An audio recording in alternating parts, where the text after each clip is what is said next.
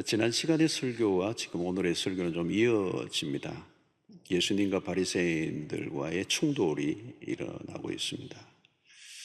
예수님과 바리새인들이 왜 충돌이 일어나는가 잘 보아야 됩니다. 이게 우리의 신앙에 매우 중요한 요소를 건드리고 있기 때문에 그렇습니다. 오늘 설교도 그렇게 확 이렇게 밝은 그런 주제는 아닌데, 그러나 매우 중요한 부분이기 때문에 좀 통과를 하고 우리가 다루어져야 되리라고 생각합니다. 지난주에 우리는 예수님의 제자들이 손을 씻지 않고 떡을 먹는 것에 대한 바리새인과 서기관들의 시비를 거는 내용이 있었습니다. 거기에 대한 예수님의 반론이 있었죠. 예수님의 반론. 물론 음식을 먹기 전에 떡을 먹은 것은, 손을 씻지 않고 떡을 먹은 것은 분명히 장로들의 전통, 유전을 어긴 것입니다. 그러나 주님은 그들의 전통을 지키는 것에 대해서 이제 이렇게 공격을 하셨어요. 그들의 열심이지만 그 안에 영적인 심각성이 있다는 것을 주님이 아셨기 때문입니다. 바리새인들의 열심은 잘못된, 그릇된 열심입니다. 위험한 열심이 있습니다. 여러분, 열심이 다 좋은 게 아닙니다. 그들은 열심히 할수록 하나님으로부터 멀어져 갔던 것이죠. 그 이유는 그들이 행하는 외적인 행위와 내면에 숨겨진 의도, 동기와 달랐기 때문에, 안과 밖이 달랐다는 거죠. 이것을 우리는 위선이라고 얘기합니다. 위선. 여러분, 위선이란 자신의 죄성을 교모하게 감추는 것입니다. 이 위선이 얼마나 위험하고 무서운 것인가 하면 자기 자신을 속이는 거고요, 그리고 다른 사람을 속이는 것이고, 궁극적으로는 하나님을 속이는 것입니다. 모든 게 그러면 허구가 되는 겁니다. 우리가 30년, 40년, 50년 아무리 남보기에 대단한 믿음을 소유한 것처럼 보여도 위선이 그 안에 있으면 다 꽝이 됩니다. 헛수고가 된다는 거죠. 그런데 안타깝게도 우리는 이스라엘의 역사를 보면 늘 있어 왔던 일이 이 위선입니다. 그래서 이사야 선지자도 지난 주간에 말씀했지만, 너희들이 입술로는 나를 존경하지만 마음은 내게서 멀다. 말로는 다 할 수 있죠. 멋있는 말도 하고 멋있게 보일 수는 있어요. 그러나 마음은 내게서 멀다. 이렇게 하신 것은 이사야 선지자뿐만 아니라 구약의 선지자들이 끊임없이 이스라엘 백성들의 위선을 고발했습니다. 화려한 의식으로 제사를 드리는 열심은 있었지만 그들의 종교적 위선은 끊이지 않았습니다. 그래서 그들이 드리는 충실한 제사, 그 수없는 의식, 희생의 제물을 드렸지만 그것이 나중에 하나님이 보시기에는 역겨웠죠. 제발 그만 드려라. 그런 제사는 드리지 말라고 그렇게 하나님이 하셨던 것입니다. 이게 위선입니다. 자, 오늘 본문은 먼저 부모를 공경하는 문제에 대한 논쟁으로 시작이 되는데요. 10절에 보니까 모세는 내 부모를 공경하라 하고 또 아버지나 어머니를 모욕하는 자는 죽임을 당하리라 하였거늘. 구약 율법에 의하면 이 부모를 공경하는 문제는 굉장히 강하게 강조하는 메시지였습니다. 십계명에서도 이미 5계명에 내 부모를 공경하라, 또 그뿐만 아니라 구약의 율법에 의하면 아버지나 어머니를 모욕하는 자는 죽임을 당하는, 돌에 맞아 죽는 일을 하는 그런 큰 죄입니다. 자, 그런데 바리새인들은 이 계명을 지키는 것 같았지만 교모하게 어겼습니다.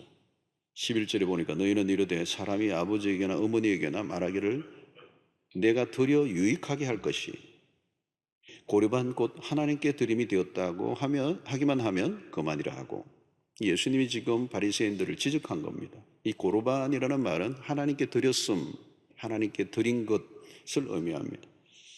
이 바리새인들은 하나님께 드리는 고르반을 부모 공경의 책임을 회피하는 도구로 사용했습니다. 실제로는 부모를 공경할 마음이 없었는데 고르반이 명분을 준 겁니다. 요즘으로 이야기하면 하나님께 헌금하고 나니까 부모님께 드릴 돈이 없습니다. 이렇게 얘기하는 것 같습니다. 자기는 부모에게 할 도리를, 하나님께 할 도리를 다 한 그것 때문에 부모를 공경하는 것에 대한 면죄를 받을 것처럼 생각하는 것입니다. 그들은 하나님을 잘 섬기는 자들로 보일 뿐만 아니라 부모도 공경한 것처럼 보이고자 했지만 교모하게 속인 거죠. 그 안에는 탐욕과 이기심이 가득 차 있었습니다. 자, 이 무엇이 문제입니까? 그들의 열심은 포장되어 있다는 겁니다. 위선이에요. 포장이 되어 있다는 겁니다. 하나님의 말씀을 지키는 것에 초점이 있는 게 아니라 자기 만족에 그쳤다는 겁니다. 우리의 신앙이 잘못되면 여러분 이전보다 나아지는 게 아닙니다. 더 나빠집니다. 종교의 이름으로, 신앙의 이름으로, 명분으로 말씀을 도구화해서 자기의 이기심을 만족시키는 도구로 전락할 수 있다는 겁니다. 이전에 짓던 죄들보다 하나가 더 더해지는 거죠. 위선의 죄까지.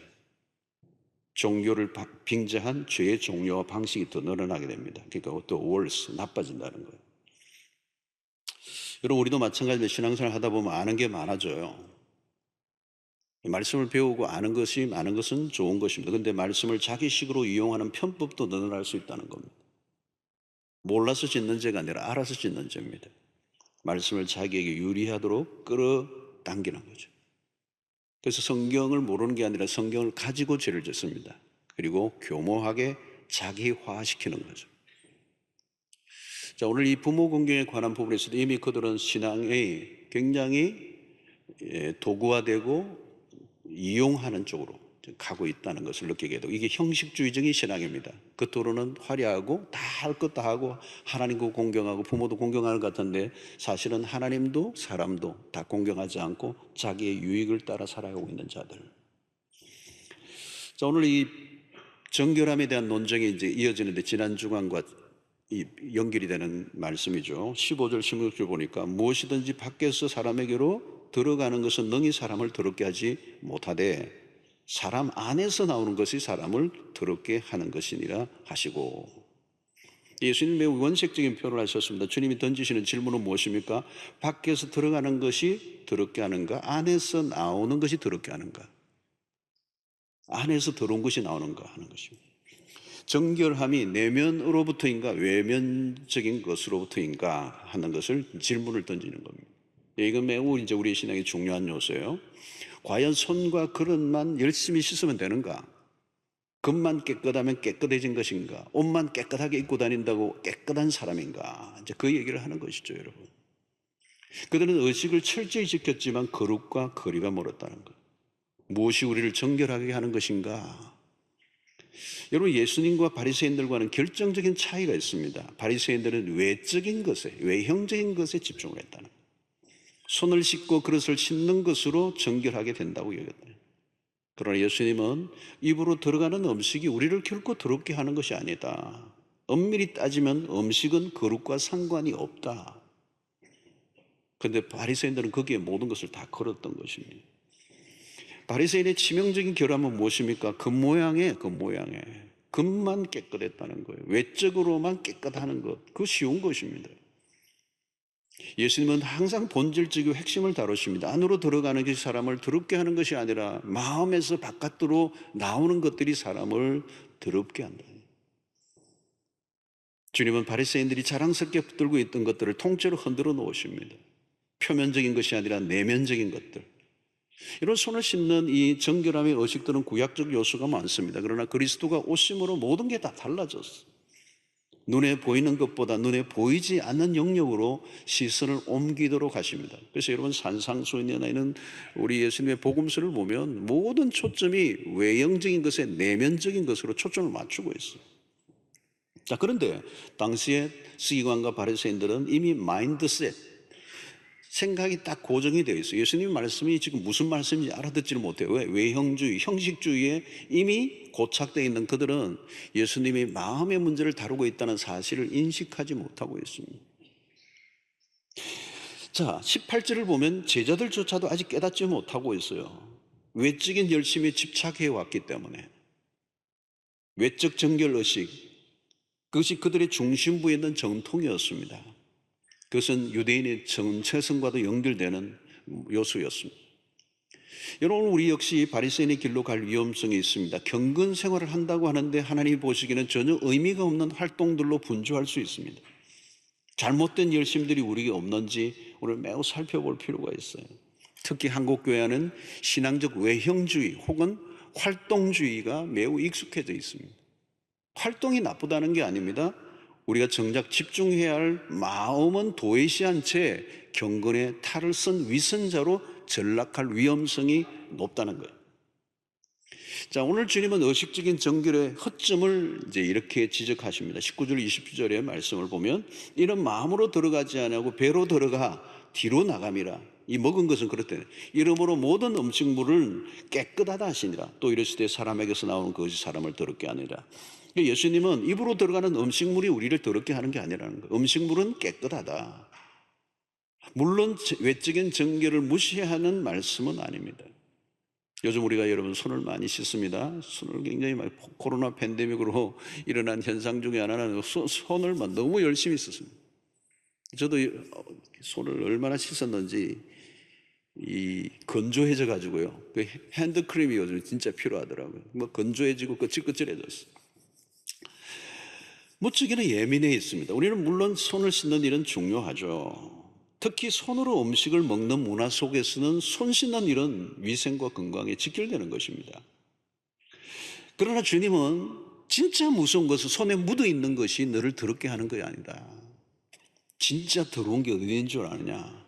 치명적인 손상을 입히는 것은 손으로 씻는 그 문제로 되는 게 아니라 너의 마음이 있다. 너의 인생을 치명적으로 손상을 입히고 너의 삶을 위해하게 하는 것은 손에 있지 않다는 거예요. 불결함에 출발한 손이 아니라 마음이라는 거예요. 여러분, 모든 더러운 것이 우리의 마음 안에서부터 흘러나온다는 거예요. 손을 씻는 의식을 치른다고 마음의 더러움이 없어지는가? 이미 마음 안에 가득 차 있는 그 더러운 것을 다루지 않고 아무리 외적인 청결을 노력한다고 해도 되는 게 아니라는 거예요. 사랑하는 성도 여러분, 우리의 신앙생활을 참 오래 해도 변화가 잘 일어나지 않는 경우가 있어요. 왜 이렇게 변화가 안 일어나는가? 오늘 이 본문에서 답이 있어요. 마음을 다루지 않으면 외형적인 것에 아무리 열심히 내어도 소용이 없어요. 외형적인 것에 초점을 맞추면 우선은 만족할 수 있습니다. 교회가 요구하는 몇 가지 기준에 맞추는 것 어렵지 않습니다. 교회 출석 열심히 하고 양육받고 성교회도 참여하는 것 할 수 있습니다. 그러는 외적인 기준들을 지키는 일로 우리의 신앙을 다 자리매김할 수가 없습니다. 신앙이 깊어지는 것과 신앙적인 활동에 익숙해져 가는 것은 다른 것입니다.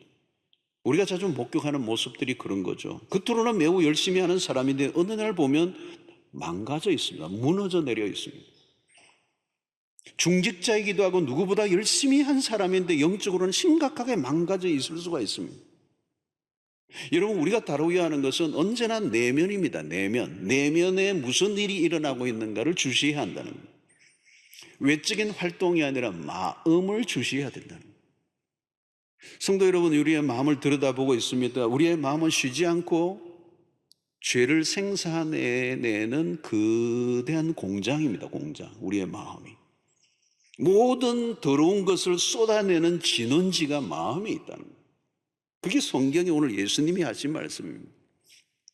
겉으로는 멀쩡해 보이는데 마음 안에는 죄의 오염지수가 계속 높아져 가고 있다. 온갖 죄를 짓게 하는 원천. 여러분, 마음의 정원을 방치해 놓으면 온갖 죄들이 사계절 꽃을 피우며 열매를 맺고 번식을 합니다. 마음의 깊숙한 곳에는 죄의 독버섯이 은밀하게 서식하고 있습니다. 그럼에도 놀라운 것은 우리는 마음을 다루기보다 외적인 활동에 더 치우쳐 있다는, 그게 바리새인들의 모습이었다.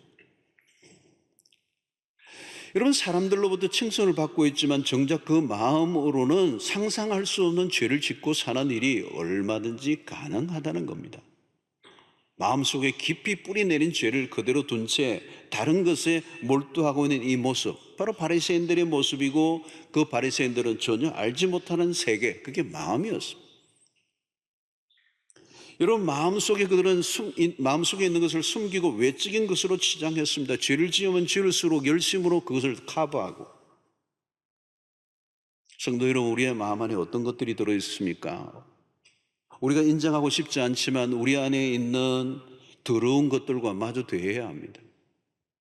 내가 손을 얼마나 깨끗이 하느냐, 얼마나 깨끗한 그런 옷을 입고 있느냐, 얼마나 외배의식에 참여하고 있느냐가 아니라 우리의 마음의 창고 안에 채워져 있는 것들이 무엇인가를 확인하고 그것을 하나님 앞에 다루어야 한다는 것입니다. 여러분, 마음의 창고 안에 들어있는 것들이 무엇인가를 주님이 오늘 본문에서 열거하십니다. 23절을 한번 보겠습니다. 속에서, 곧 사람의 마음에서 나오는 것은 악한 생각, 곧 그게 어떤 것들이라고요? 음란과 도둑질과 살인과 간음과 탐욕과 악독과 속임과 엄탕과 질투와 비방과 교만과 우매함이니, 이 모든 악한 것이 다 속에서 나와서 사람을 더럽게 하느니라. 참 다양하죠. 여러분, 여기에서 언급되지 않은 것도 참 많습니다. 주님은 구체적으로 언급을 하시죠. 마음 안에 들어있는 이 더러운 것들이 바깥으로 흘러나온다는 것. 우리 안에 악한 생각들이 마음에 자리를 잡고 있습니다. 본성적으로는 악하고요, 생각이 악하다는 거죠. 그 악한 그 본성 마음 안에서 어떤 것들이 들어있는가? 예수님은 가장 먼저 오늘 본문에 보면 마음에서 나오는 것은 악한 생각, 곧 첫 번째 뭘 얘기합니까? 음란과 그랬어요. 음란. 여러분 마음속에 음란을 다뤄야 합니다. 마음의 음란은 그대로 두고 아무리 손을 열심히 씻고 의식을 치른다고 한들, 예배에 수없이 참여한들 무슨 변화가 일어날 거냐는 거죠. 결혼 생활을 하고 엄연히 배우자가 있는데도 불구하고 음란한 생각을 하고 살아가는 사람들. 배우자 앞에서는 전혀 표를 내지 않지만 그냥 말로는 당신밖에 없다고 하는데 다른 생각을 하는 사람들이. 여러분, 여자분들은 주로 드라마를 보는 시간. 남자들은 드라마 잘 안 보거든요. 여자분들이 드라마를 보는 시간이 조심해야 돼요. 남자들은 드라마 대신에 뭘 봐요? 포르노그래피를 봐요. 요즘은 동영상, 음란한 음란물들, 마음속으로는 엉뚱한 생각을 하고 살아가는.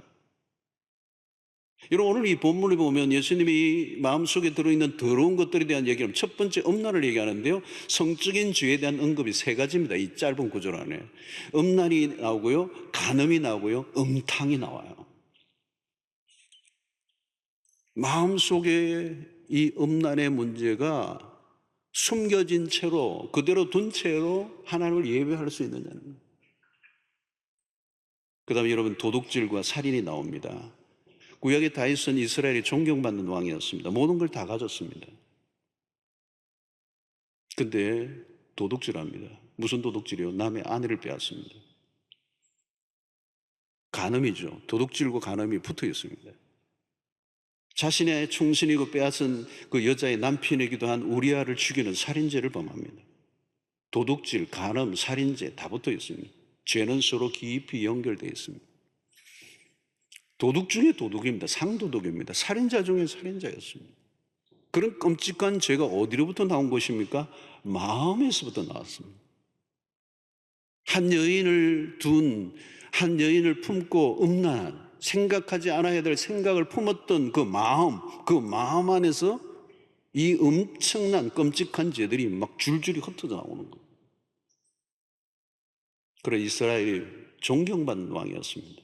누구보다도 영적으로 감수성이 예민했던 시인이었습니다. 그때 추락했습니다. 어디로부터요? 마음 안에 더러운 것들이 있었다는 거예요. 오늘 여기 예수님은 또 뭐를 얘기합니까? 우리의 마음 안에 있는 이 탐욕, 그렇게 모든 것을 가지고도 더 가지고 싶은 마음. 왜 세상이 이렇게 전쟁터 같습니까? 마음의 탐욕 때문입니다. 왜 불행합니까? 못 가졌습니까? 아닙니다. 탐욕 때문입니다. 주식 투자를 시작할 때는 가볍게 시작했습니다. 그런데 점점 커집니다. 주변의 사람들이 부추깁니다. 친구들로부터 한순간에 얼마 벌었다는 얘기를 듣는 순간 갑자기 내면 안에 있는 이 탐욕이 발동을 합니다. 가만히 있지 않습니다. 탐욕은 점점 커집니다. 그리고 그 탐욕이 나를 집어삼켜버립니다. 악독이 나옵니다. 세상에 벌어지고 있는 끔찍한 사건들은 여러분 이 마음 안에 있는 것들이 살짝 드러난 것뿐입니다. 가까운 사람도 죽이잖아요. 어린 아이를, 자기 배에서 난 아이를 죽이기도 하잖아요. 이게 악독입니다. 질투는 어떻습니까, 여러분? 남 잘 되는 거 못 봅니다. 나보다 나은 사람에 대해서 칭찬하지 못합니다. 목회자도 비슷해요. 저보다 설교 잘하는 사람이 있으면 은근히 디스하고, 나보다 더 잘난 사람을 보면 괜히 우울해지는 이유, 질투예요. 여러분, 여자가 질투를 많이 할까요? 남자가 질투를 많이 할까요? 남자분들은 여자들이 질투가 많다고 그러죠. 제가 보니까요, 똑같아요. 인간의 내면에 질투가 있습니다. 사랑방에서도 누가 남편을 자랑하거나 자식을 자랑하면 눈을 감습니다.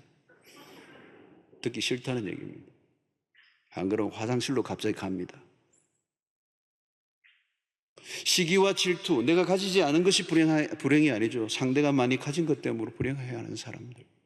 우리의 마음이 매일 그런 전쟁을 치르고 있습니다. 여러분, 비방이 나오죠. 여러분, 비방. 요즘 사람들 보세요, 여러분. 다른 사람의 실수나 말 한마디도 긁어 넘어집니다. 고소고발이 얼마나 많습니까? 난무합니다.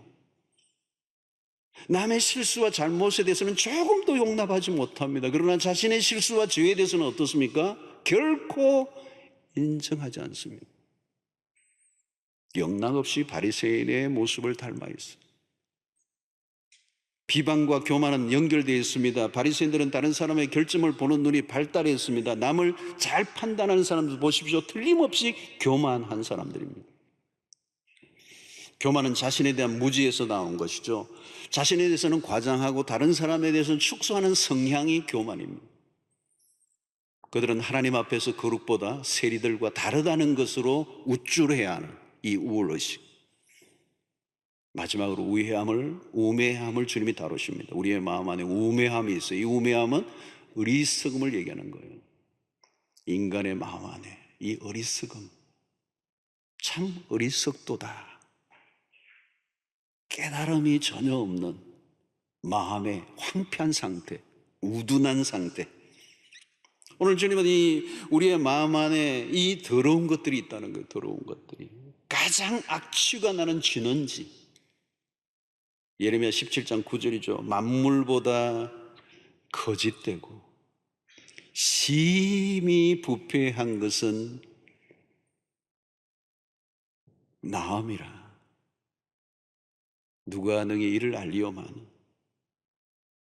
성도 여러분, 이 요즘 음식물 찌꺼기 며칠 놔두면 악취가 나죠. 그런데 오늘 이 예레미야 선지자의 말씀을 통해서 본다면 그 악취는 아무것도 아니에요. 우리의 마음속에 있는 악취는 그것을 훨씬 더 능가하는 가장 최악의 부패한 상태. 바리새인들이 이걸 놓친 것이죠. 바리새인들의 심각한 착각은 몇 가지 의식을 열심히 지키기만 하면 되는 줄 알았어. 뿌리는 전혀 손대지 않고 겉으로 드러난 잎사귀만 바라보고 있는, 여러분 무엇을 얼마나 열심히 하고 있는가, 얼마나 많은 공적을 세웠는가, 얼마나 많은 큰 역사를 참여했는가, 얼마나 큰 교회를 목회했느냐, 그건 중요하죠. 하나님은 그런 것에 감동받지 않으세요. 우리는 겉으로 드러나는 모습에 치중을 할 때가 많습니다. 우리가 코로나 팬데믹에 떨고 있습니다. 그러나 더 무서운 것은 죄의 심각성, 그리스도인이 바라봐야 될 관점이죠. 손을 씻을 때마다 우리의 마음을 들여다보고 있는 거예요. 어디를 정결하게 해야 되는가? 손과 잔이 아니라는 거예요. 우리가 두려워하는 것은 바이러스보다 훨씬 더 치명적인 죄, 이 더러운 죄가 어떻게 우리의 인생을, 인류를 사망의 길로 치닫게 하는가를 바라볼 수 있는 눈이 열려야 돼요. 코로나 팬데믹보다 인류에게 치명적인 죄는, 치명적인 현상은 우리의 내면에 있는 죄, 허물과 죄로 죽었던 우리들, 그래서 그리스도께서 우리에 위하여 죽으셨던 것이죠. 성도 여러분, 우리가 어떻게 해야 합니까? 우리가 어떻게 해야 되죠? 겉모양에 속지 않아야 합니다. 겉을 꾸미는 일에 몰두하지 말아야 합니다. 사람들에게 어떻게 보일까를 너무 의식하지 말아야 합니다. 어떤 사람은 종교적인 강박관념에 빠져 있어요. 다 하나님보다 사람들을 더 많이 의식하고 자기의 수준과 자기의 상태보다 훨씬 더 멋있게 보이려고 하는. 그래서 어떤 데는 도덕적 결벽주의적인 현상을 드러내기도 합니다. 그러나 그 깊은 곳에는 죄가 그를 갉아먹고 있는데도 불구하고 말이에요. 이제 하나님보다 사람을 더 많이 의식하는 거, 이게 문제. 참 목회자의 이런 설교는 정말 저 자신에게 두려운 설교예요. 목회자에게 찾아오는 유혹. 많은 사람의 이목을 집중받을 때 자기 자신을 괜찮은 목사인 것처럼 무엇인가 특별해 보이려고 하는 무의식적인 행동을 조심해야 한다는 겁니다. 우리는 연약한 모습은 가능한 잘 감추고 멋있게 보이려고 하는 유혹을 받아요. 그래서 우리는 이면적인 것보다 표면적인 것을 더 우선시하는 문화 속에 살고 있습니다. 그래서 신앙생활이 외적인 것에 다 집중되어 있어요. 교회 안에서도 몇 가지 조건에 충족되면 직분을 주잖아요. 대체적으로 기준이 외적인 조건들입니다. 활동을 열심히 하는 것에 초점을 맞춥니다. 여러분, 열심히 활동을 하는 것은 좋지만 허점이 있어요. 사람의 눈에 들도록 하는 건 쉽다는 얘기예요. 그런 기준은 일시적인 것으로 끝납니다. 그래서 결국은 직분을 받고 나면 돌변하죠. 사람이 변하는 것입니다. 그 사람의 문제이긴 하지만 그 직분을 준 교회의 잘못도 더 큰 것입니다.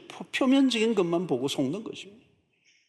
보이는 것보다 보여지지 않는 게 훨씬 더 중요합니다. 이면에 숨겨진 것은 아무나 볼 수 있는 것이 아니기 때문에 우리는 보이는 것은 소위 귀중히 여기지만 보이지 않는 것에 소홀히 할 가능성이 우리 모두에게 있습니다. 기억하십시오. 보이지 않는 것을 보이는 것보다 더 귀중히 여기는 것, 이게 영성입니다. 내가 얼마나 멋진 말들을 하고 있느냐가 아니에요. 내가 그런 마음을 가지고 있는가. 항상 사람들의 칭찬이나 인정을 조심해야 합니다. 그런 쪽으로 기울어지기 시작하면 드러난 것에 신경을 쓸 수밖에 없어요. 실제로 나와 보여진 나의 갭이 커져가면 위험에 이르게 되는 것입니다. 보십시오. 겉으로는 모범적인 가장이고 교회에서도 칭찬받는 사람인데 불미한 사건을 일으켜 많은 사람들에게 실망을 안기는 경우들이 얼마나 많습니까? 겉만 보고는 알 수 없습니다. 겉으로는 모두가 존경하는 사람인데 의외의 사고를 내고 모두를 충격에 빠뜨리게 하는 일들, 평신도에게서도 있고 목회자들에게도 일어나는 오늘날의 현상, 우리를 당황하게 하는 일들. 유창하게 기도는 잘하고 기도에 열심히 참여하지만 영적으로는 심각한 상태에 놓인 사람들이 얼마든지 있을 수 있다는 것입니다. 제도적 교회 안에 규격화된 그리스도인들이 얼마나 많습니까? 다양한 활동에 열심히 참여하지만 자기 기만에 빠질 수 있다는 것입니다. 그러므로 여러분, 무엇을 하고 있는가 보다 그 일을 하고 있을 때마다, 그 일을 할 때마다 내 내면의 동기를 묻고 또 묻고 또 물어야 돼요. 열심히 하지만 다른 사람들로부터 인정을 원하는 내적인 욕구가 있다면 위선의 길로 걷게 될 위험성이 높습니다. 죄는 주로 고도로 은폐되어 있고 외적인 선행은 포장되기가 쉽습니다. 성도 여러분, 우리의 영혼의 타락은 은밀하게 서서히 일어난다는 사실을 기억해야 합니다. 오늘날 뉴스에 나오는 사건, 사고들, 법정에까지 가서 치열하게 싸우는 사건들의 첫 발원지는 어디에 있나요? 마음 아닙니다. 우리는 여전히 타락한 본성의 지배 아래에 있습니다. 겉으로는 온갖 칭송을 다 받고 있다 할지라도 속에는 도무지 역학이 그지없는 악을 품고 있는 주인공이 될 수도 있다는 사실을 주님은 오늘 우리에게 말씀하시고 바리새인들을 통하여 그 모습을 주님이 보신 겁니다. 그래서 바리새인들을 향하여 뭐라고 말씀하시죠? 해칠한 무덤도라 그랬어요. 이것이 인간의 실상이고 종교의 실태가 될 수 있다. 여러분, 교회가 지속적으로 영혼에 관련된 것에 집중하지 않으면 교회는 세속의 한가운데에 들어갈 위험성이 있습니다. 여기에 목회자의 역할이 참 중요합니다. 목회를 어떻게 하느냐에 따라 달라진다는 거예요. 자칫하면 외식자를 양상해 내는 공동체로 전락할 수도 있어요. 정말 진실한 신자들의 공동체가 될 것인가, 아니면 외식자를 만들어낼 것인가. 목사 앞에서, 사람들 앞에서 자신을 돋보게 하는 신자들이 되게 하면 위선자들이 우글거릴 가능성이 있어요. 그러므로 기능적인 것보다 인격적인 것에 집중하고 외적 열광보다 내적인 경건을, 사람보다 하나님에게 집중하도록 목회자는 도와야 한다는 것. 사랑하는 성도 여러분, 우리 내면에 숨겨진 것에 집중해야 합니다. 뿌리 부분을 다뤄야 돼요. 우리의 마음, 우리의 영혼을 다뤄야 합니다. 항상 하나님을 두려워하는 마음을 가져야 됩니다. 예레미야 17장 10절에 이런 말씀하죠. 나 여호와는 심장을 살피며 중심을 살핀다는 거예요. 폐부를 시험하고 각각 그의 행위와 그의 행실대로 보응하나니 그랬어요. 우리의 행위를 사람에게는 숨기는 게 쉬워요. 그러나 하나님은 속일 수 없다는 거예요. 하나님은 속일 수가 없어요. 하나님 앞에 우리의 작은 악한 것도 드러나게 돼 있어요. 우리의 작은 생각까지도 우리는 소홀히 다뤄서는 안 된다는 거예요. 로마서 8장 5절로 7절의 말씀, 유명한 말씀이죠. 육신을 따르는 자는 육신의 일을, 영을 따르는 자는 영의 일을 생각하나니 육신의 생각은 사망이요 영의 생각은 생명과 평안이니라. 육신의 생각은 하나님과 원수가 되나니 이는 하나님의 법에 굴복하지 아니할 뿐 아니라 할 수도 없음이라. 성도 여러분, 이 생각의 한 조각이라도 함부로 할 수 없는 이유는 육신의 생각이 사망이 되고 육신의 생각이 하나님과 원수가 된다는 거예요. 성경의 관점을 우리는 염두에 둡니다. 우리의 행동이 아니라 육신의 생각이 얼마나 무서운 건가. 우리의 마음 안에 생각의 한 조각마저도 함부로 다뤄서는 안 된다는 거예요. 사랑하는 성도 여러분, 지금 나의 내면을 어떻게 들여다보고 있느냐, 내 안에 시작된 작은 죄의 징조들을 어떻게 다루고 있는가, 그것이 내 인생을 집어삼키고 죽음으로까지 몰고 갈 수 있습니다. 우리는 내적 정결을 위해 힘써야 합니다. 껍데기가 아닙니다. 외적 열심이 아닙니다. 어떤 의식에 참여하는 것이 아닙니다. 우리의 마음의 중심에 무엇이 놓여 있는가라는. 고린도서 5장 17절에 그런즉 누구든지 그리스도 안에 있으면 새로운 피조물이라. 이전 것은 지나갔으니 보라 새 것이 되었도다. 여러분, 왜 새 것이 되었다고 얘기합니까? 예수를 믿었다고 뭐가 바뀌었습니까? 바뀌지 않았습니다. 그것은 똑같아요. 새 것이 되었다는 말은 우리 안에 일어난 변화를 말합니다. 마음이 새로워져야 한다는 겁니다. 마음이 새롭게 함으로 우리의 관심은 끝이 아니라 마음으로 바뀌어야 돼요. 우리의 마음의 중심에 그리스도가 오시고 그리스도의 십자가 안에 있는 우리의 마음, 우리의 마음에 욕망이 일어날 때 그 욕망을 적극적으로 다루지 않으면 우리는 십자가에서 벗어나 버립니다. 언제나 우리는 우리의 마음의 중심에 십자가가 와야 돼. 나를 사로잡고 있는 것이 그리스도의 십자가가 되어야 되고 그리스도와 함께 죽는 경험이 날마다 일어날 때 내가 사람들로부터 화려해 보이고 사람들로부터 칭송받고자 하는 그 욕망을 이겨낼 수가 있는 것입니다. 그러므로 우리는 우리가 추구할 신앙의 핵심은 뭐냐? 그 사람과 속 사람이 일치하는 것입니다. 그 사람과 속 사람이 일치될 때, 겉과 속이 일치될 때 우리 안에 평안이 오고 기쁨이 오고 자유가 오고 만족이 오는 거예요. 로마서 7장 19절에 바울은 이런 고백을 하죠. 내가 원하는 바 선은 행하지 아니하고 도리어 원하지 아니하는 바 악을 행하는도다. 이러면 이게 모습이 뭡니까? 오라 공부하는 사람에도 이 사망의 몸에서 누가 나를 건져내라. 내가 원하는 것은 선인데 악을 행하는 나의 이 모순, 이 갈등, 그 번민하고 있는 바울의 모습이죠. 이전의 모습이죠. 여러분, 겉으로 드러난 내 행동과 내면의 마음이 하나로 통합되지 않으면 갈등하고 괴로워하게 됩니다. 마음에 평안이 없어. 근데 그것이 통합될 때 갈등이 사라지고 자유가 오는 거예요.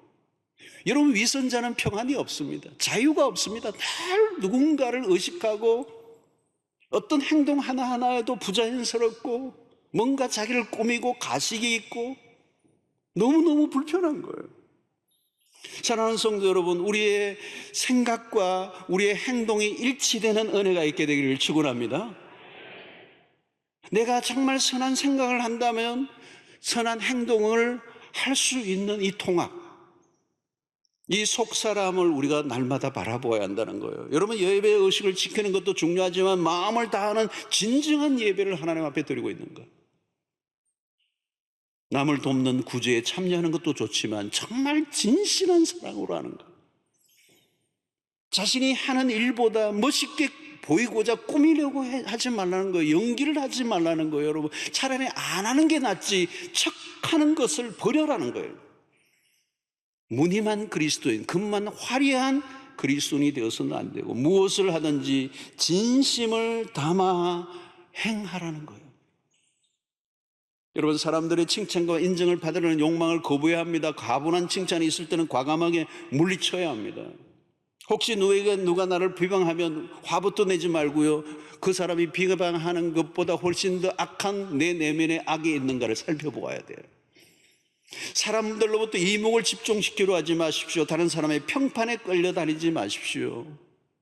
그러면 나중에 허무해집니다. 내 나다운 삶을 살지 못하고 누군가의 시선, 누군가의 평판에 의해서 내 인생이 이리저리 끌려다니는 인생이 얼마나 피곤하고 힘든 인생이겠습니까? 사랑하는 성도 여러분, 우리가 추구해야 할 목표는 오직 예수 그리스도, 그분을 닮는 삶이어야 합니다. 그리스도를 닮는 것은 외형이 아닙니다. 그분의 인격입니다.